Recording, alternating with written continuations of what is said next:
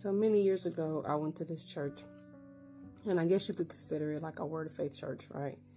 And I remember I was going through a struggle, and somebody asked me. Now, mind you, I did not volunteer this information. They asked me how it was going, and I started to be honest and direct. I was like, "Man, this is what's going on." Whatever. And they was like, "Wait, stop right now.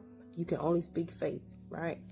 And in my mind, I was like, "Well, who said I wasn't in faith? Like, I'm confused. Like, you asked me like the reality of what it was, and I was giving you the accurate reality of what, like, the facts, right?"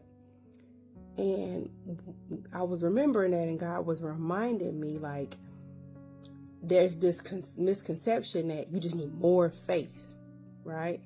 And I was just like, well, what if I don't got more faith, right?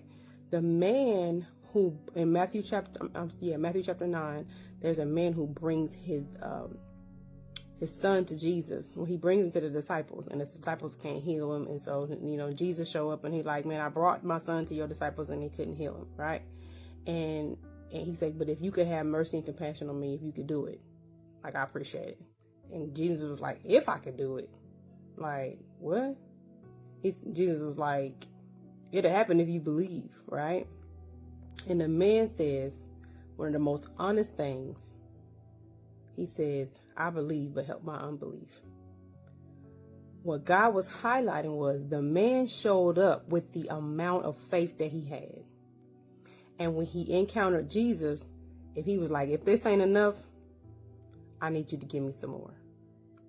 And I feel like we think we got to work up this faith, and we got to come with all this faith. Jesus is like, "Come with what you got. Because I'm the author and the finisher of your faith." An author is the one who writes the story. He's the one who finishes the work. So he's like, "If you need more faith? Okay, say less." Because he never said anything else to the man. He was like, "Okay, all the people finna come look. All right, let me go ahead and heal this man. Heal his son," right? Like, he never really even said nothing about the man saying, "Oh, I believe, but help my unbelief." I feel like in that moment, he was like, "You know what? Thank you for being honest. Thank you for being honest about where you actually are. And you showed up with the faith that you got. That was enough to get you here. Let me go ahead and take it to the end. Let me go ahead and finish this off because I'm the author and the finisher. Let me go ahead and put a wrap on this and go ahead and heal your son." Moral of the story, go with the faith you got.